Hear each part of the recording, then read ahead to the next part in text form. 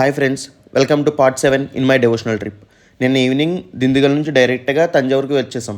Night వచ్చినప్పటికి 10 అయింది. So rooms కోసం మొత్తం చూసాం. చాలా హెవీ క్రౌడ్ ఉంది తంజావూరులో, బట్ రూమ్స్ దొరకలే. ఒక హోటల్లో వెయిటింగ్ హాల్ ఉంటే వాళ్ళు ఓకే అడ్జస్ట్ అవ్వండి అంటే ఇంక అడ్జస్ట్ అయ్యాం. మేము మార్నింగ్ 5కే తంజావూరు బృహదేశ్వర టెంపుల్కి స్టార్ట్ అయిపోయాం. అప్పటికే దర్శనం లైన్ చాలా పెద్దగా ఉంది. మాకు 40 to 60 మినిట్స్లో చాలా బాగా దర్శనం అయింది. స్వామివారు చాలా బాగా కనిపించారు. అసలు ఈ టెంపుల్ని ఎలా కట్టారో కానీ ఆ రోజుల్లో చూస్తుంటే మైండ్ పోతుంది. ఆ డీటెయిలింగ్ అయితే ఒక రేంజ్. అసలు లైఫ్లో ఒక్కసారైనా విజిట్ చేయాలి ఇలాంటి టెంపుల్. అండ్ మోర్ ఇంపార్టెంట్లీ ఇది ఇండియాలో one of the world heritage site.